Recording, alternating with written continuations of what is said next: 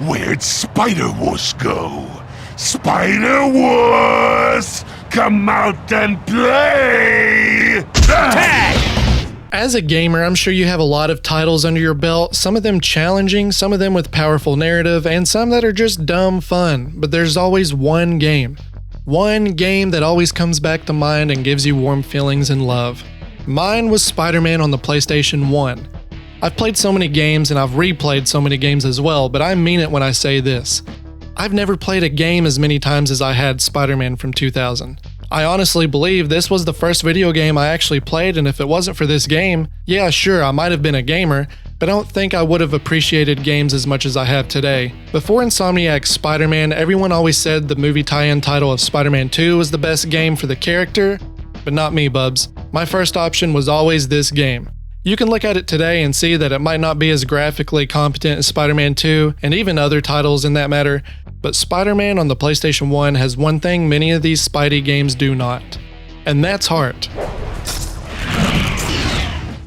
This was a game before the Sam Raimi films, and I can say that Tobey Maguire's Spider-Man was the Spidey I thought of when I pictured the hero. But it wasn't just him. Before him was this polygoned little shit voiced by Rino Romano. To this day, I think Rino's voice of Spider-Man is in my top 3 voices for the character in gaming and animation. Something about the way his voice carried Peter Parker sounded confident and badass. You could tell that he was a Spidey that spun webs for a while, and I loved it. But I'm getting way too ahead of myself. Let's start with why I'm doing this review, and that's to prepare for the highly anticipated Spider-Man 2 coming this fall.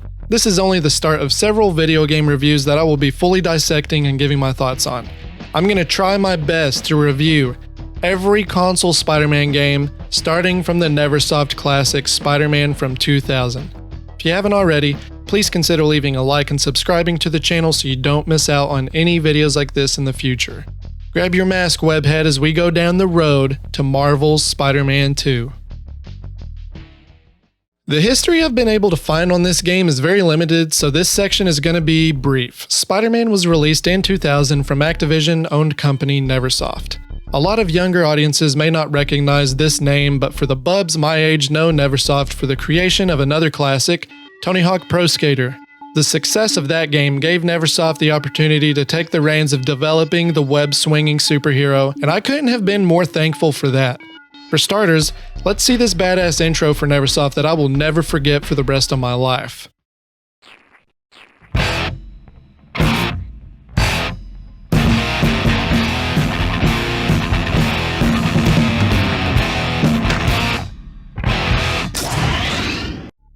If you look at the two games side by side, they use the same game engine. Being able to play this low polygonal hero around a 3D environment was a massive achievement at the time, and it is something I look at fondly to this day. Today, you'd think it looks terrible, but the design of Spidey's figure and the look of his eyes are so nostalgic, and even though there were limitations to the technology, they were able to cleverly explain the lack of free roaming the city with a simple narrative choice. Does it make complete sense? No, not entirely, but it's a comic book game. They worked with what they had and put it to great effect. Like I've said earlier, this game predated the Raimi films, so instead of using elements from the films to attract the kids, they used what the kids loved with Spider-Man from the 90s by using voice actors we know and love. Rino Romero voiced Spider-Man in Spider-Man Unlimited, a show that only aired for one season but has a massive soft spot for Spidey fans. We also had the pleasure of hearing the voices of Black Cat and Dr. Octopus reprised by Jennifer Hale and Ephraim Zimbalist Jr. Hopefully I said that correctly. They voiced the characters from the animated series. I'll finish off by saying we also had the legend himself breaking the fourth wall of the game, Stan Lee. It's a voice I'll never forget, and it's been a pleasure to hear him as an Easter egg, even as early as the 90s. Rest in peace, Stan. You'll always be missed.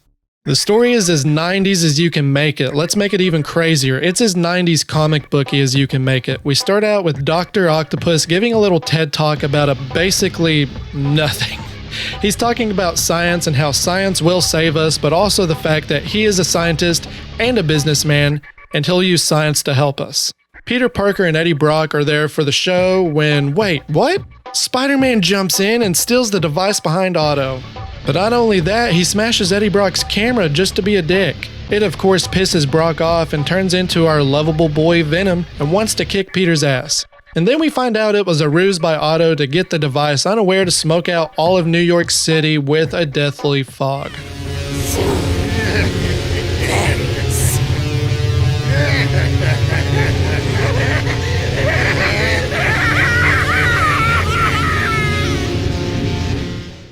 And that's just the beginning of this crazy story. You meet so many icons throughout, such as Black Cat, Daredevil, and classic villains like Scorpion, Rhino, and Mysterio.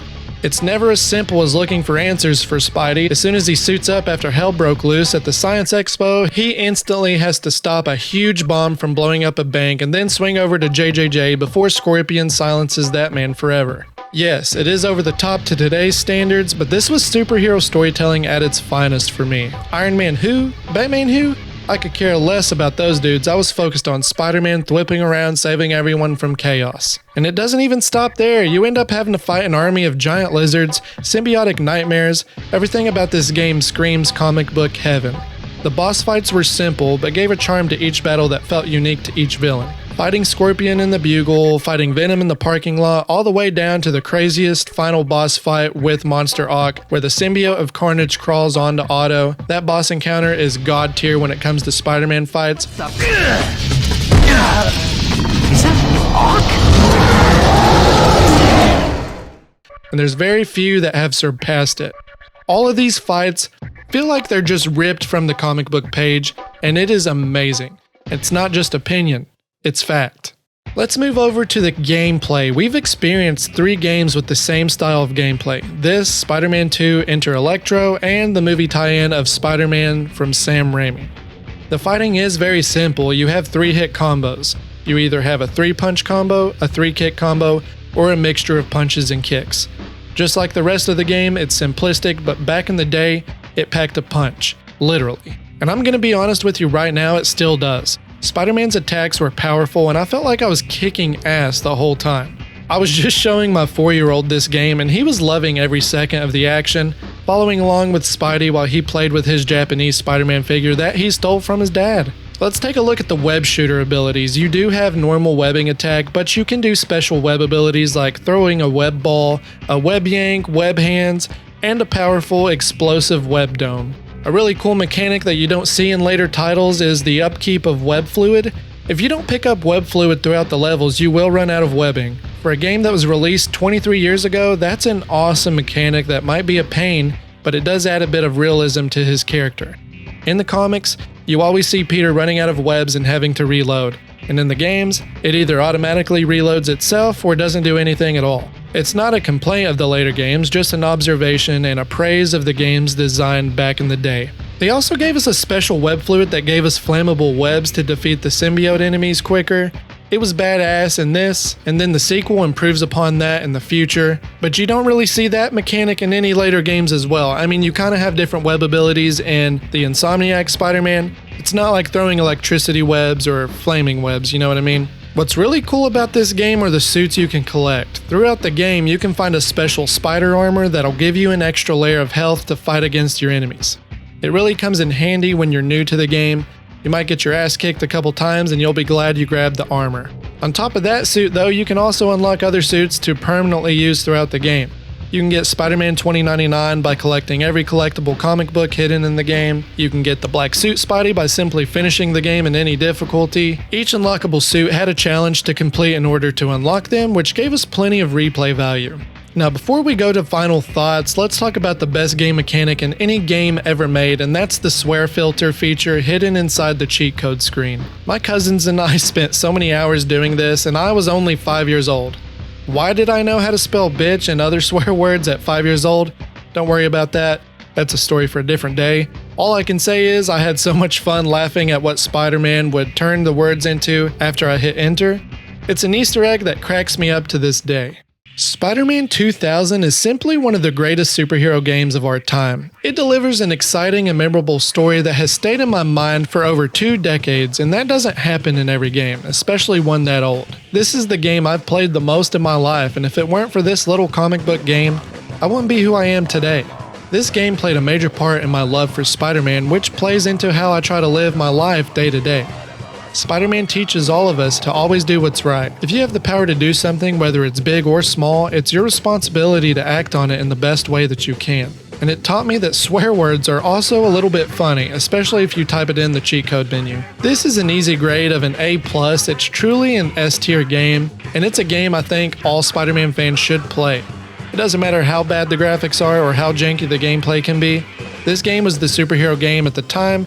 It could always be a Superman 64, but it wasn't by any means. Have you all played Spider-Man 2000? Let me know down in the comments what your favorite memory of the game is, and don't forget to drop a like and subscribe to the channel so you can continue down the road to Marvel's Spider-Man 2. And until next time, webheads, take it easy, bubs.